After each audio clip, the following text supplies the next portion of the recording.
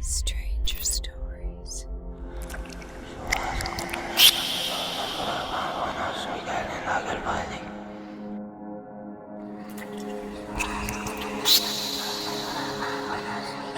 I'm a night security guard, and I just watched surveillance footage of my own death.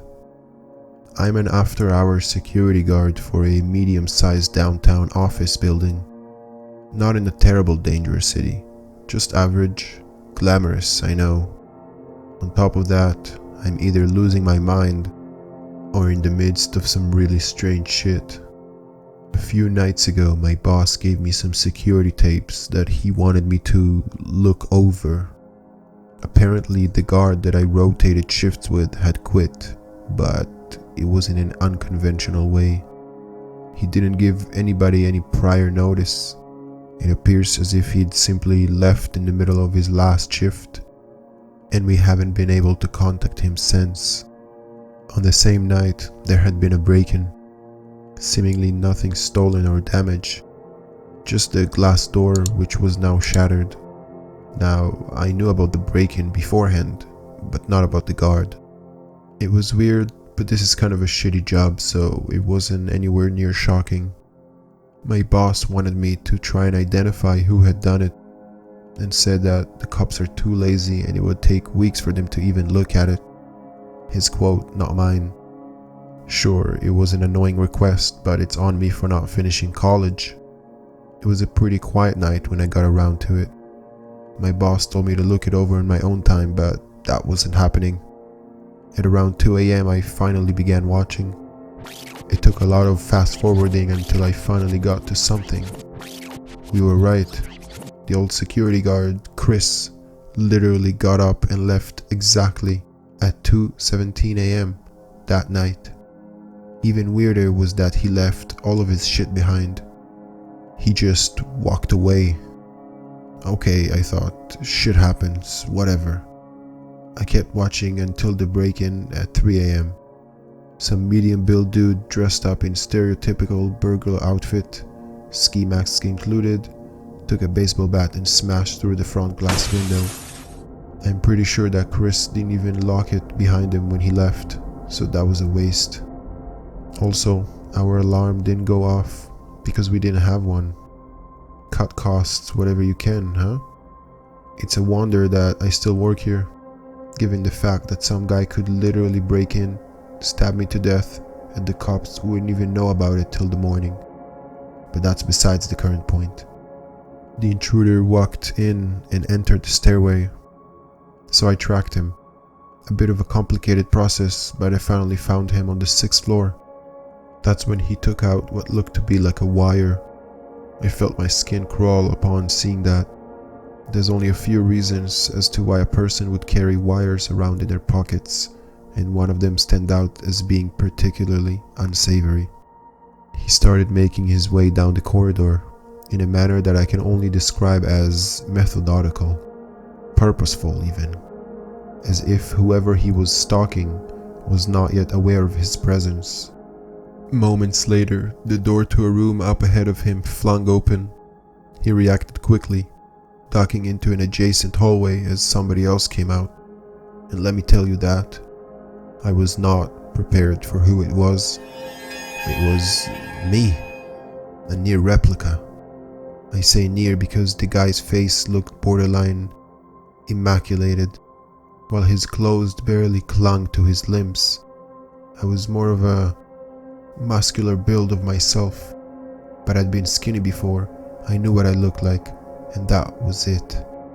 My copy was wearing what looked like some kind of white, heavy-duty jacket. Almost looked like something a soldier would wear in a near Arctic climate. On top of that, there was a large streak of red covering his chest. Probably doesn't take a detective to figure out what it was, given the circumstances. He also appeared to be exhausted, with one bony hand holding the wall, while he was doubling over, exhaling like hell. Eventually, he started moving, stumbling across the intersecting hallways where the mystery man was presumably waiting for him. hands clasped around the wire. I found myself instinctively reaching for my phone to call 911 when I realized that this was not happening in real time. But even if it was, how was I supposed to describe this situation to anyone? As my copy passed by, the mystery man pounced on him, but it seemed as if he was anticipating it. My copy, that is. A vicious struggle ensued. Despite my copy's frail appearance, he still managed to hold the upper hand against the mystery man for a while. Let me tell you, I sure as hell can't fight like that. The combination of the military grey jacket and the hand-to-hand combat that this guy clearly practiced yielded a few possible avenues of explanation. I was going to need a lot more information in order to really understand what is going on. Despite being pounded on for a good few times, the mystery man eventually landed a lucky uppercut that staggered my copy. He quickly took the opportunity, rushing and forcing the wire around his neck until he went limp. The struggle ended. What followed was interesting. He dragged the body back to the room that my copy had come out of and shut the door behind him. I fast forward up until today. Nobody else came out. Nobody went in. There was nothing that I could do for the rest of my shift but just sit there, absolutely floored. The next day, my boss asked me what I had seen.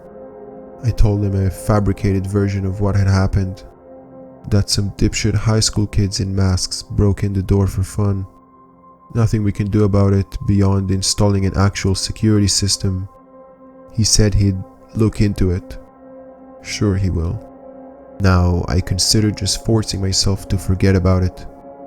That would have yielded more sanity. But some things were too bizarre to overlook. During my next shift, I decided to take a look at the 6th floor myself. I assumed that I'd just be a bunch of cubicles up there, but I was obviously interested in one specific room. Once up there, I started walking around. It almost felt surreal being in a place where something so strange had just happened. In fact, it got me questioning whether or not I just lost my mind for a few minutes and if anything on that tape was even real. But I got my answer when I saw the stain on the carpet. It was barely noticeable, but I knew what I was looking for. A speck of blood from the struggle. I wasn't sure whether it was from my copy or the mystery man. I kept going down the corridor, trying to locate the room that my copy had come out of. From the footage, it was pretty evident that it had to be the 4th door on the right. I tried the handle. Locked. I tried something that would most certainly cost me my job, but I rationalized it by realizing that if anybody was ever going to watch these tapes, it was once again going to be me. I kicked the door down and headed in. It was a conference room, but one that looked to be under renovation. There were dry paint cans, an unfinished carpet job, and a drywall covering the walls. But nothing unusual. Yet, there was bound to be something here. For the first few hours that I stalked the room, I could not find anything noteworthy. The other way out of the room was a stairway exit, so it was reasonable to assume that he simply escaped through there. I was about to give up when I stumbled upon something hidden under one of the desks. A device of some sort, maybe? Couldn't really tell you. Despite being rather small, it was incredibly heavy. A cylindrical shaped metallic item. It was smooth all around, save for a few buttons that did nothing when I pressed them. A dried bloody thumbprint was on it as well. I wonder who that belonged to. I stood there trying to decipher the particulars of the item for an indistinguishable amount of time, but an abrupt noise jarred me back to attentiveness. Footsteps in the hallway. Footsteps getting closer. I was not doing my job. A few ideas regarding the identity of the intruder ran through my head. Obviously, none of them were good, and one of them was really bad. In any case, I made a run to the stairwell, and I took the device with me. I didn't go back to the building until around 5:40 a.m. 20 minutes before the end of my shift. To my surprise, the new glass door that we'd installed was still intact, but I definitely knew that I'd heard steps out in the hallway. Maybe they found another way in. Maybe I'm just going insane. I'm still holding the device in my hand. What am I going to do with it? I have no fucking idea. But I do know what I'm doing next. Time to pay a visit to the old security guard.